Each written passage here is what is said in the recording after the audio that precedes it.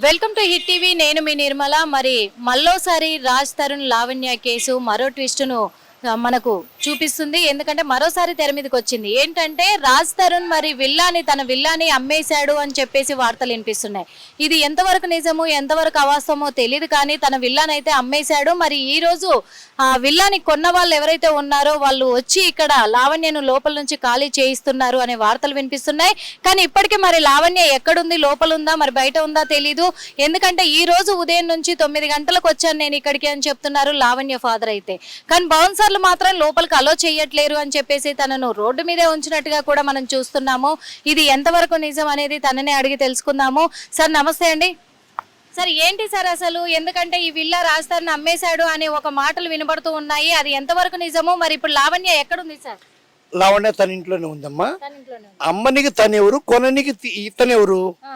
రాజ్ తరుణ్ తన భార్య ఇద్దరు కలిపి 45 లక్షలు అప్పు తీసుకొని ఒరిజినల్ పేపరు తాకట్టు పెట్టి 45 లక్షలు తీసుకొని దగ్గర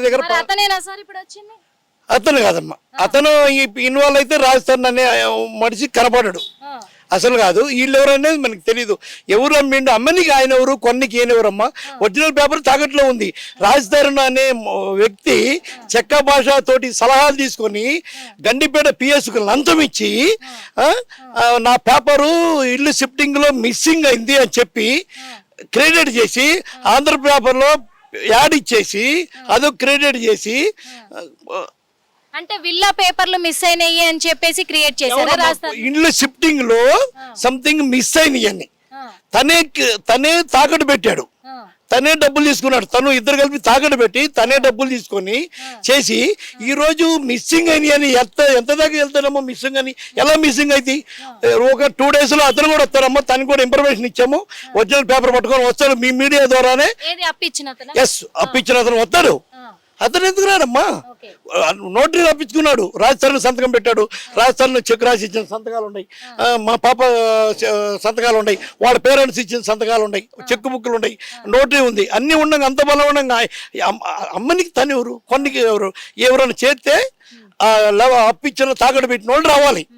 అంటే మీకు ఏమన్నా విషయం తెలుసుకొని వచ్చారా? ఎట్లా సార్? ఎలా మా పాప గురించి, మా పాప మేము ఇక్కడే సంగారెడ్డిలో ఉంటామమ్మా. మా పాప గురించి హెల్త్ బాగాలేదంటే హాస్పిటల్ తీసుకెళ్దామని 8:45కి వచ్చా. నేను ఒక సిటిజన్ అని కూడా చూడకుండా బిహేవ్ చేసుకుంటూ ఇద్దరు బ్యాడ్ బౌన్సర్లు నన్ను లోపలికి ఎలవ్ చేయలేదు. నా ఇంటికి మా పాప ఇంటికి, సారీ నా ఇల్లు కాదు, నా పాప ఇంటికి నన్ను ఎలవ్ చేయలేదమ్మా. సీనియర్ ఒక సిటిజన్ పొద్దున్న నుంచి తినలేదు, తాగనికి వాటర్ కొనలేదు, అలాంటి మనిషిని, ఒంట్లో బాగలేని మనిషిని గేట్ కాడ ఆపేసి. అంటే నిన్న కూడా మీరు వచ్చారని సమాచారము. మరి నిన్న అలో చేసిన వాళ్ళు ఈ రోజు అదే కదమ్మా, అదే కదా ఈ చెక్క భాష రాజ్ తరుణ్ అన్న ప్లే అది. ఎస్ అమ్మ, 100% చెక్క భాష అలియా శేఖర్ భాష వీళ్ళిద్దరు ఆడిన ప్లే ఎదురుగా నమ్మను. నేను ఎదురుగా చెబుతా. 100% మన దగ్గర ఎవిడెన్స్ ఉంది, చూపిస్తాను నేను. అయితే మరి ఉదయం నుంచి మీరు బయటే ఉన్నారా? అవునమ్మా, ఇక్కడే ఉన్నాను. తినడం లేదా టిఫిన్ కూడా మీరు విజువల్లో చూసుకోవచ్చు.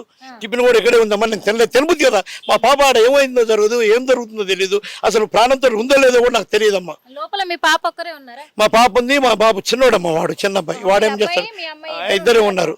అంటే ఇప్పుడు ఇది కొన్న వాళ్ళు ఎవరు ఏంటి ఏమన్నా మీకు తెలుసా? తెలీదమ్మా, తెలీదు. మరి మీరు కొన్న వాళ్ళు వచ్చి ఖాళీ చేయిస్తున్నారని మీకు ఎలా తెలుసు? ఎలా ఖాళీ చేస్తారమ్మా? ఏ లెక్క ప్రకారం ఖాళీ చేస్తాం? అర్థమైందా? 1,80,00,000 పెట్టి రాజ్ తరుణ్ అనే మనిషి 2014-13 ఒక అటు ఇటు కొన్నాడు.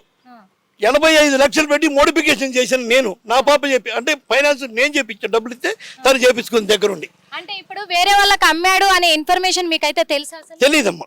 ఎలా అమ్ముతారమ్మా? అమ్మనికి ఆయన ఎవరు, కొన్నికి ఈయన ఎవరు? మా పాపకు తెలియకుండా ఏది వచ్చినా కూడా కొన్నోడు బలైపోతాడు, అమ్మినోడు కూడా ఇద్దరు లోపలైపోతారమ్మా. ఇది మాత్రం మీ మీడియా ద్వారా వాళ్ళకి తెలియాలని చెప్తున్నాను. మరి మిమ్మల్ని ఎందుకు లోపలికి అలో చేయట్లేదు? అదే కదా ఈ చెక్క భాష వాళ్ళిద్దరు చేసిన ప్లాన్ తోటి నన్ను ఎలా చేయట్లేదు. రాత్రి వెళ్ళానమ్మా, 8:45 రాత్రి 7 నుంచి వెళ్ళాను.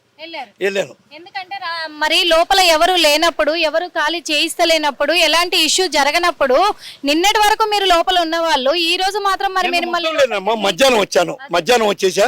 పాప ఎలా ఒంట్లో బాగలేదు కదా, టాబ్లెట్లు మరి ఈ రోజు ఎందుకు లోపలికి అలో చేయట్లేదు? మరి లోపల ఏం జరుగుతుంది? అది మేము చేసుకున్న అది ఇంత హెల్ప్ చేసినాం కదా. ఏం జరుగుతుంది అనుకుంటున్నారు? లోపల మా పాపకు అన్యాయం జరుగుతుంది, ప్రాణ భయం ఉందమ్మా. అది చెక్క భాష అలియా శేఖర్ భాష. చెక్క భాష నుంచి మా పాపకు రాజస్థానం ద్వారా చెక్క భాష నుంచి మా పాపకు 100% ప్రాణహాని ఉంది. పోలీసు మీడియా కూడా పోలీసు వాళ్ళు కూడా వాళ్ళకే సహకరిస్తున్నారు. 100కి ఫోన్ చేసే వాళ్ళు వచ్చారు కూడా ఏం రెస్పాన్సిబుల్ ఇవ్వలేదమ్మా, ఏం రెస్పాన్సిబుల్ ఇవ్వలేదు. వాళ్ళు కూడా వాళ్ళకే అనుకూలంగా ఉన్నారు.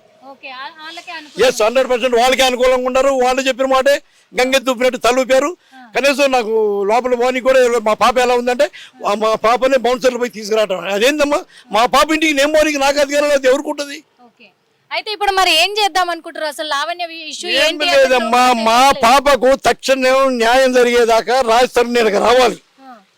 రాజస్థాన్ అనే మనిషి బతికి ఉంటే, మిస్సింగ్ అయితే నేను పేపర్ మిస్సింగ్ అయినప్పుడు నా దృష్టిలో మనిషి కూడా మిస్సింగ్ అయిపోయాడు. మీ మీడియా ద్వారా తెలుసుకోవాలా, బతికుంటే వచ్చేవాడు కదా.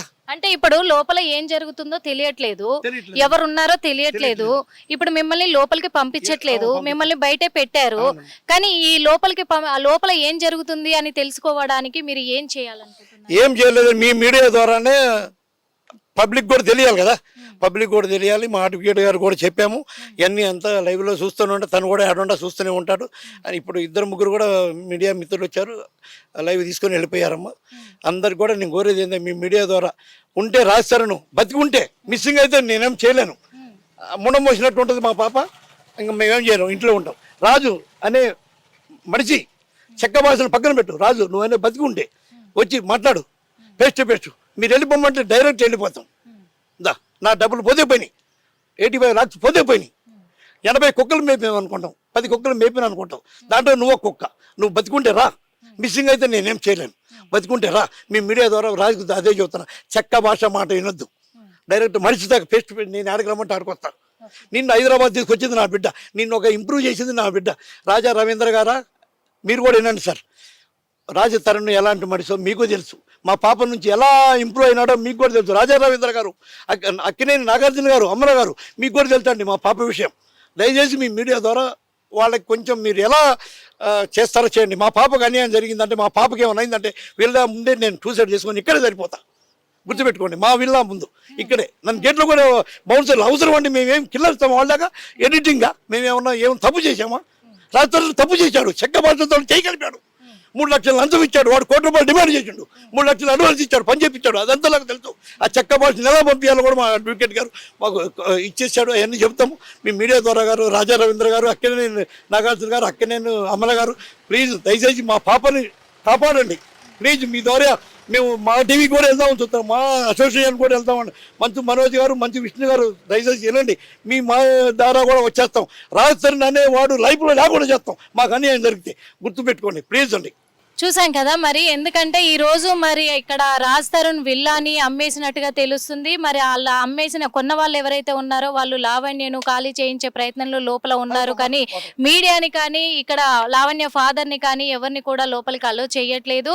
వాళ్ళ ఫాదర్ ఏమంటున్నారంటే, నా కూతురింటికి నన్ను అలో చేయట్లేరు, రానియట్లేరు. రాత్రి 9 గంటల వరకు ఇక్కడనే ఉన్నాను. నిన్న మధ్యాహ్నం వచ్చి మా పాపకి ఒంట్లో బాగాలేదంటే వచ్చాను, ఇక్కడ నుంచి వెళ్ళాను. నిన్నటి వరకు అలో చేసిన వాళ్ళు ఈ రోజు నన్ను కూడా ఆపేసి అంటే లోపల ఏదో జరుగుతుంది.